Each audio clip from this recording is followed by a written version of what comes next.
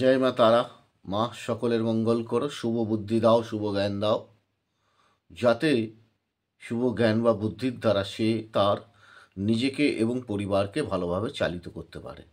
কিছু কার্যকরী ক্রিয়া আছে যেগুলো করলে যদি আমাদের ভালো হয় তো আমরা কেন করব না। সেই ক্রিয়াগুলি সম্বন্ধেই আমি আপনাদের আজকে বলছি। যাদের বিবাহ আটকে গেছে আপনারা একটুখানি কাঁচা হলুদ জলে মিশিয়ে স্নান করার চেষ্টা করুন, দেখুন না কি হয়। এইবার যদি সম্মান পেতে চান সেই সব ব্যক্তিদের কথা বলছি আমি।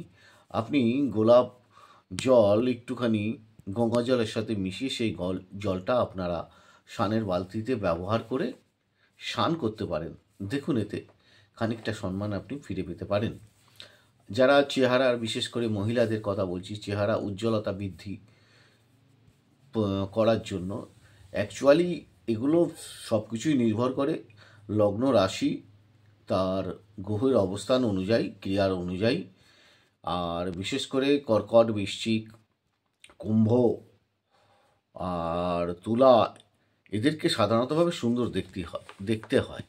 তো যারা শরীরের জন্য উজ্জ্বলতা বৃদ্ধি করতে চাইছেন, বিশেষ করে নিরামিষ খাবার গ্রহণ করবেন আর একটু চন্দন গুলে জলের সাথে স্নান করার চেষ্টা করবেন, তাতে খানিকটা শুভ হওয়ার সম্ভাবনা রয়েছে, খানিকটা গ্ল্যামার ফিরে আসতে পারে। প্রেম ও সম্পদ যারা অর্জন করতে চান, গোলাপ জল যোগ করে স্নান করতে পারেন। আচ্ছা, শুক্র গ্রহের জন্য, শুক্র গ্রহ যদি অশুভ প্রভাবের মধ্যে থাকে তাহলে আপনারা গোলাপের পাপড়ির পেস্ট করতে পারেন, সেই পেস্টটা জলের মধ্যে মিশিয়ে আপনারা স্নান করতে পারেন।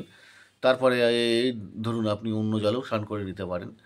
আর সাধারণতভাবে যাদের ক্ষেত্রে খুব ডিস্টার্ব চলছে, অনেক অশুভ গ্রহগুলো ডিস্টার্ব চলছে, তাদের জন্য আমি শুধু একটি কথাই বলবো, আপনারা একটু হলুদ জলে মিশিয়ে স্নান করার চেষ্টা করবেন, তাতে আপনার অনেক গ্রহের কাজ করবে, বৃহস্পতিত্ব করবে, তার সঙ্গে আপনার নিজের আয়, উন্নতি, অর্থনৈতিক সব দিক থেকেই ভালো প্রভাব আনবে এই শুভ গ্রহ বৃহস্পতি।